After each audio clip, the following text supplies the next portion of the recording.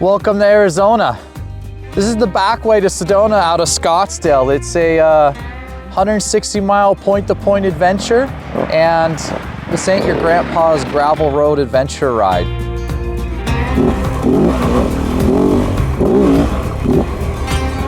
Watch this rut going down. Oh. Just choose your line. It's a little loose, rolly rock at the beginning, but if you stay to the outside, oh, this bike track's good. Oh, is that Gary? Shit, I was all over the place, but... Gary, you make yourself sound like you're not as good of a rider as you are. My biggest thing is when I get nervous, I just can't think about it. I just gotta go do it. Oh, it's slippery! Oh! Oh, my helmet hit! Oh, keep going, baby! Woo! Alright, here we go, we'll try it. Oh, my adrenaline's rushing. Alright, Gary. Stay on that momentum all the way up. Keep on it, you got it, you got it! Oh my gosh! Shit, I was all over the place. Alright, Gary, now that I know what you can do, we're gonna get into some shenanigans. There's a little bit of a pucker there. Yeah, I'll say it. Now, I pucker on the downhills.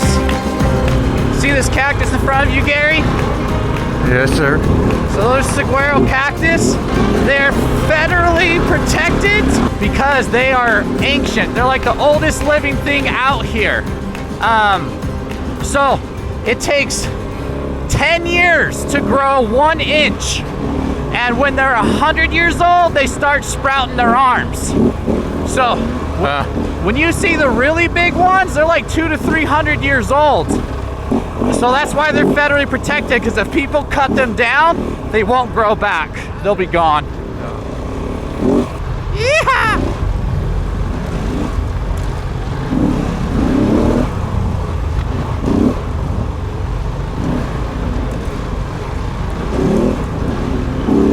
Feels like a roller coaster ride or something, almost. All right, send it up that hill.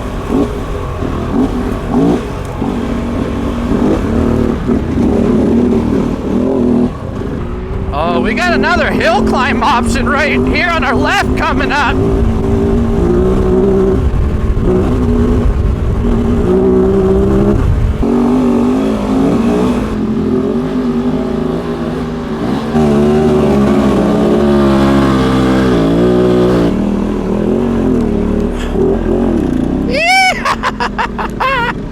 Oh yeah!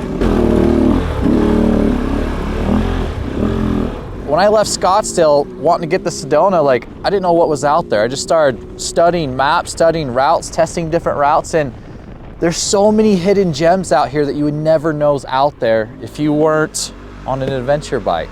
So we're gonna go through Hotsprings, suspension bridges, beautiful lakes, and mountains with snow cap on it right now. I mean, we just had some rain and snow the past few days. If you want challenging stuff, we go on top of the mountains. If you want to stay dry, we stay out of the rivers. But there's a different route for every skill level. While it's not hard, they're rugged routes. It's not an easy gravel road, but it's not a hard enduro beatdown either. And if you fall, leave me room to pass you, or else I'll run over you. Woo! Go, baby, go! Oh, I went down. You're adventure riding, you don't know what comes up. You don't know what's going to come your way. From weather to malfunctions to bike problems to you're just dead tired. It don't matter what. In adventure, you push through to the end, and that's what I'm here for. Whoa, whoa! Keep it up, baby! Keep it up!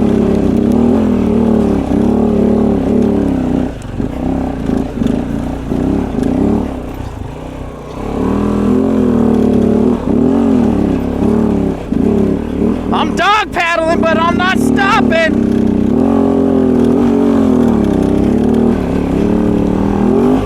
no, no, no, no.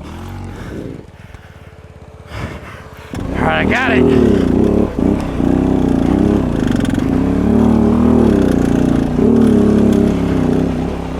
Yeah. Yeah. It was a butt kicking. Well, about mile 35 or so, we're just passing by this Rio Verde River, crossed underneath the dam. That's a big overflow. When the lake's full, it starts spilling over, and you can ride underneath the waterfall. And right now it's trickling. It's like, you know, going to this magic little Chronicles of Narnia world almost. And yeah, we ride right underneath that, and it's not very many places in the world you can do something like that. It's epic. So mile 35 of a 165 mile day. This is right where the terrain starts to change. You leave the decomposed granite mountain and you start getting into the more rocky, rugged with the thick cactus. I like to call it the cactus forest. It gets pretty thick through there. Gary, that's a super rare cactus right there you're looking at. They don't know exactly how many, but they estimate it's less than 1% of the cactuses turn into that. And I think they found something like, I don't know, like less than 1,000 cactuses of that all over. But what they have a certain name to it. I think it's called like creosote cactus, and I might slaughter that. Is it the same kind, just some sort of deformity that's different about it? Yeah, and what they think is that a certain time in its life that it hit a frost period to where it stunted its growth. I mean, it kept growing, but it kept growing like that, and it just gets bigger and bigger, that little bulb on top. Really rare. Like, you can literally count, like pinpoint on a map where each one is, and they're marked and documented because they're really cool like that. Yeah, that is cool. Creosote. What's a fancy way to say creosote that makes me sound like I'm saying it right, even if it's wrong?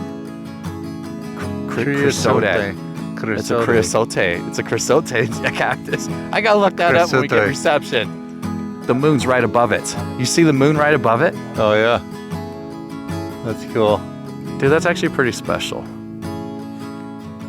Welcome to Arizona. Let's do it.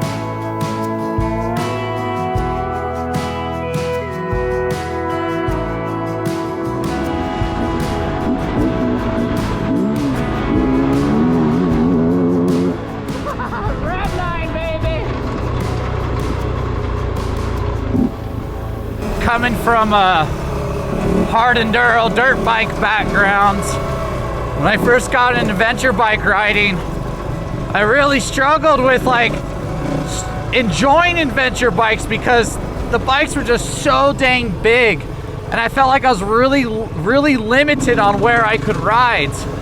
I want to be able to like just go and explore anywhere I want to go and not be afraid of what I'm getting into. And that was the goal, is like when you're exploring, you don't know what you're coming up to. This overnight adventure to Sedona, like, you gotta go through some rugged terrain. And, you know, look where we are. I mean, you can't go through this stuff on a big, heavy adventure bike. Very few people in the world can. So we're riding this Cove Rally 450 because it's like a real off-road adventure bike that, you know, you've got 8 gallons of fuel, you can carry all your overnight belongings, but then you're not limited to the gravel road. You can send it up these gnarly little, like, almost hiking foot trails. Like, this is dirt bike territory. Pivot turning up it, and then sending it. Woo! Yeah! And that's what's so dang cool about this Cove Rally that so many people have been asking about, is they want to get out into nature and really explore stuff that they've never seen before, but they want to be able to safely get themselves out there and not be stranded. This is an old, I think it's an 80-year-old suspension bridge that they would cross sheep, cows across to the grazing areas at different times of the year. Now it's just a big swimming hole. All right, you see this black void right there? You hike in there, you see a dark tunnel, you go in there, and it brings you to magical places. Wow. Don't slip in the mud. Yeah. That's pretty nice. Comes out of the ground right there. Comes up 95 degrees. Yeah. 2 to 3 hour ride or something to get here. Yeah. I mean, That's a good break. Yeah, right? a good break in the middle of it. And then the river's right there. You can crawl through that little tunnel and you can go jump in the river right there. So you kind of do like hot and cold plunge, right?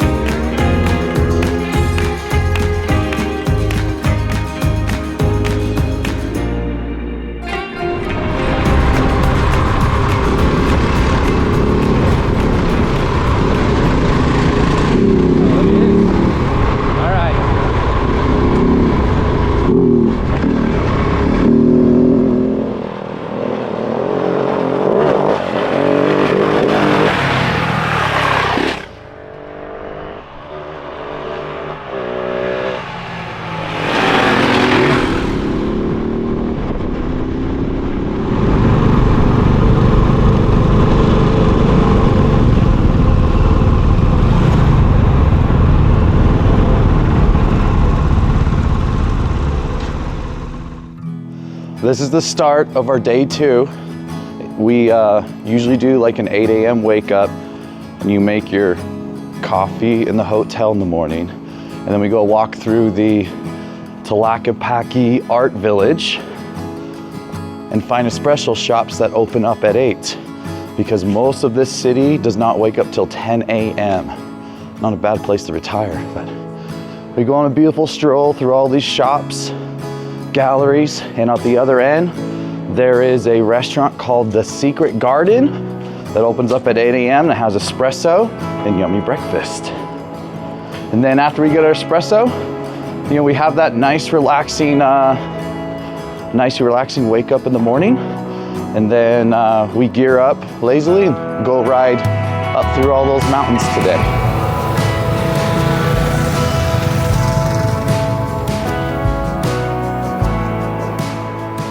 Welcome to Sedona. If you book a 3-day adventure, this is my favorite way to experience Sedona, because you spend a long day riding up here and a long day riding back on day 3, but day 2, you spend it right here in Sedona all day. There are many trails all throughout Sedona to where you can ride up and down the red cliff lines, up switchbacks, and sometimes you're in these beautiful red rocks, sometimes you're in the beautiful white rocks. It looks like Zions or Moabs. You can basically, like, you want to ride Moab today or do you want to ride Zion type terrain today? It's absolutely beautiful. Good thing you're a badass rider. We are hiking up to this point right here, as far as the bikes can go, right? And if we just do this short hike up here, we can see the entire town of Sedona, and it's a good snack break. Gary, you brought your snacks, right? I got my water.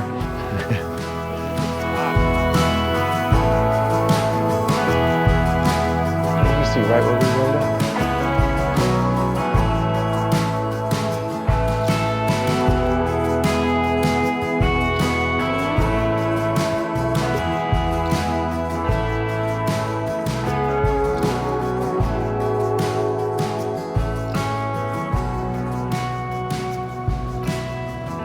when you do a 3-day overnight Sedona adventures, this is some of the stuff you can do on the middle day. So day 2, when you ride long ways to get all the way up to their Sedona on the first day, day 2 you can either ride all day or you can do half riding, half hiking, half swimming. But these are one of the most gorgeous canyons you can walk through that is the easiest to get access to. You know, some hikes are like 20 miles long, it takes half a day to get anywhere beautiful. Not this one. You park and it's like a 5-minute hike and you're right here walking as far as you want up these canyons for miles, and you cross the stream 13 times within the first couple of miles. These are the beautiful, this is why you come to Sedona. Like it's almost like a subway canyon, like the ones in Zion's, but you can ride your dirt bikes to this one. It's a magical place. It's absolutely worth doing a 3-day Sedona and just spending time in Sedona seeing all the sights. And that's what we do. Take you to everything that is magical about this place. If you come in the summertime though, you can go swimming in all this, but in the wintertime, stay bundled up.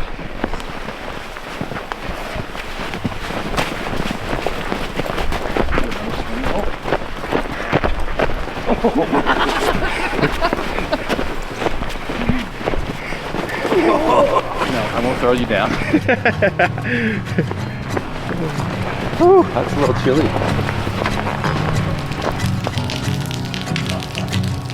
It's wet, too late. Now we go see the switchbacks that drop you down into Sedona from the Ponderosa Pine Forest. You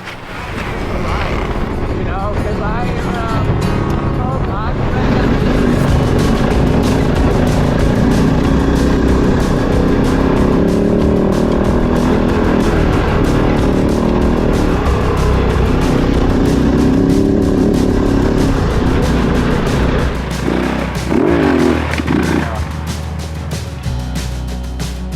the reason why you want a lightweight adventure bike when you're on a real adventure is because you don't know what you're going to get into. It's not all gravel roads to get from point A to point B, so the reason you ride a bike like this for adventures is so you can go up stuff like that if you have to go up stuff like that. You need to be able to get through it. Sometimes there's no other option but to get through it, so ride a 350-pound adventure bike instead of a 500-pound adventure bike.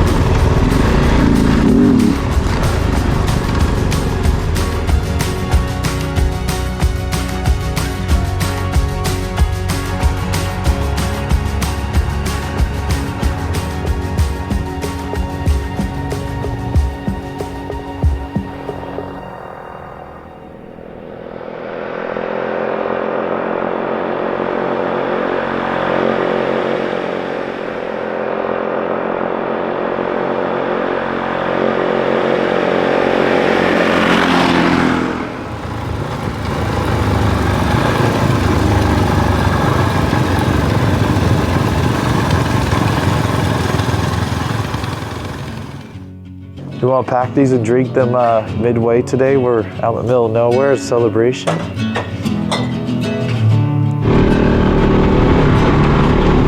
This is the most wickedest city pub in America, voted in 1902. This is the entrance to the Grand Hotel. It's a cool entrance. I highly recommend they got like a Caesar salad with a salmon in it, and it's like the most incredible thing I've ever had in my life as far as salmon salads go. I guess so, yeah.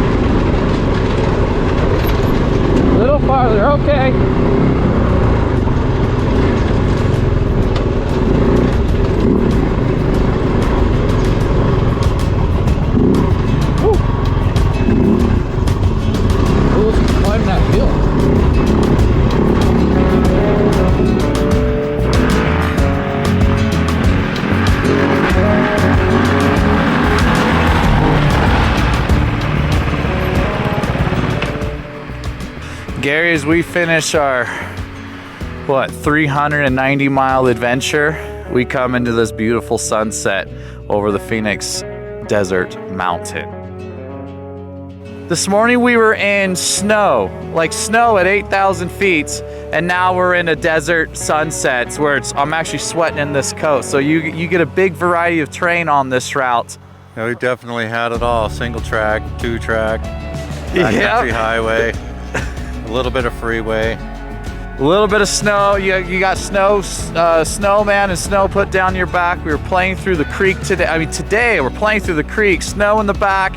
Hey, we had the best homemade pie in Arizona, and we got one of the most epic desert sunsets. It's this is the way to see Arizona from a motorcycle. You can't see this from the interstate. You got to go where no one else goes. It's a heck of a treat. Thanks for making it with me, man.